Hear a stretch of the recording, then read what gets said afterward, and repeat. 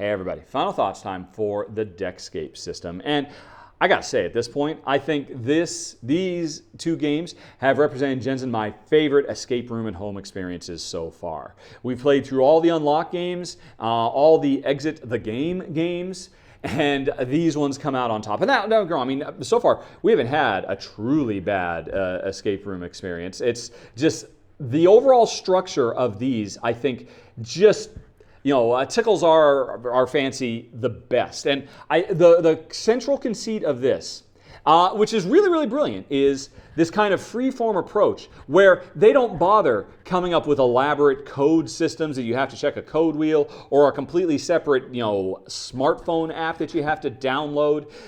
It's just the simple fact of, when you get to a card, it asks you, right, how do you solve this problem? And then we talk about it and we say, okay, oh, well, this is obviously a solution. I understand. This is clearly how we would do it. And then we flip the card and see if we're right or wrong. If we were wrong, we lose a few points and then we keep going. If we were right, yeah, we keep going.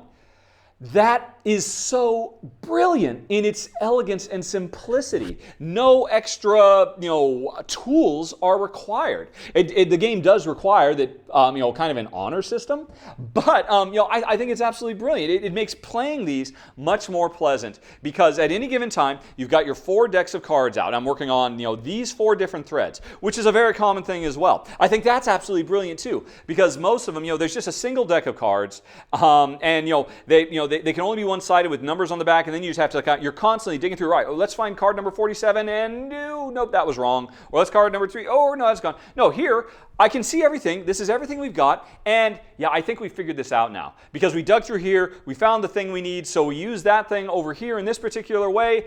Nailed it. All right, what's next?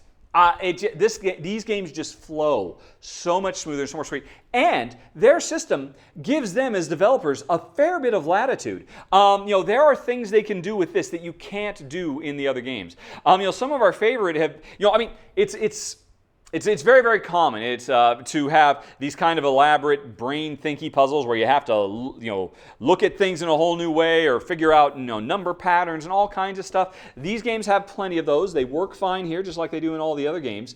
But these games have, more, logic puzzles along the line of, hey, here's the situation you're in. Look at this picture. Now, how do you do X in this situation?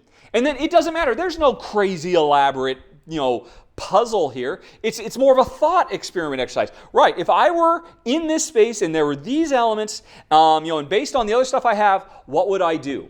And that's going to be much tougher in other games because somehow they have to then turn that into a code or a key or something that you can check against some sort of cipher to see if you got it right or wrong. No, here they just say, well, just figure out what you want to do and then flip the card and see if you're right or wrong.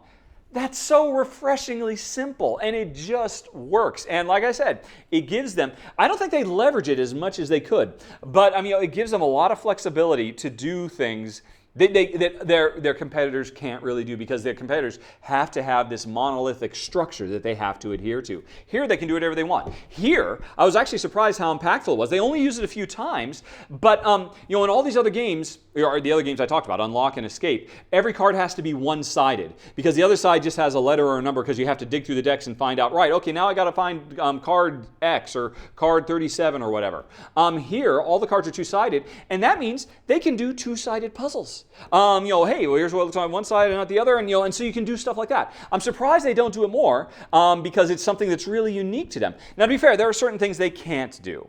Like Unlock, I do love. The app integration is brilliant because they can do multimedia stuff. You can have a phone call and hear clues over the phone through your, through the app. And I loved it in Exit. We had to actually take scissors and chop things up and then physically move things around, puzzles, and put them into place. That stuff was really fun too.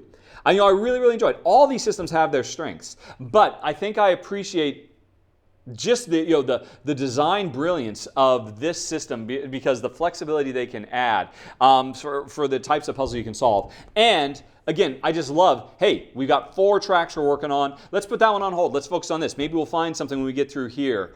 I just think that works really, really nicely. I like it quite a bit, as did Jen. Now, another thing I should say too, maybe another reason we enjoyed these is because maybe they're a bit on the easier side.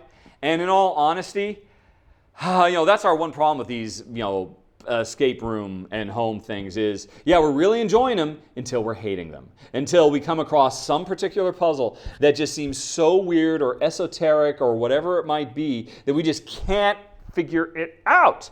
There were a couple of those in here, but for the most part, we found we were able to zip through and make forward progress without frustration in these a lot better.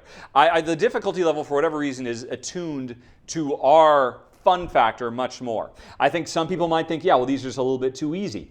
Okay, fine. You're smarter than us. You're better at puzzles than us. But we definitely enjoyed these. But that's, to be fair, I mean, there are definitely a few head scratchers in here too. We did have to go. I mean, I just love the clue system in here. It's so smart. Just look at this and look at the text backwards.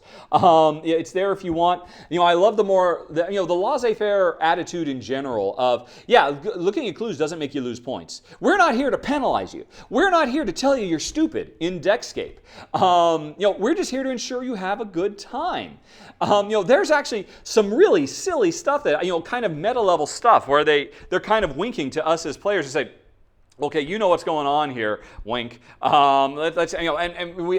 just had to laugh out loud. Having played a few of these games, the way they implement certain elements just works so nicely, bringing some foreknowledge into them. Although I think anybody would appreciate, what they do with those. I don't want to spoil anything here, but there were some really clever moments that just kind of thumb their nose at the concept of, right, you failed this number of times, so here's all your penalties, stuff like that. They do that here, but the focus in this game is just not on that at all. The focus, more than any of those we've played so far, is just, hey, sit down at the table with your loved ones and have some fun solving some riddles and making your way through this silly little story we've come up with.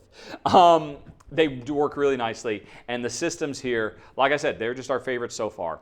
The extreme portability. The whole thing does fit. They say it's your escape room in a pocket. I love that. I love the economy of scale to them. I love all their systems. We love the puzzles in them. I want to play these. Now that said, I want to play all of them. Even the worst experiences we've had in these things so far haven't turned us off from them.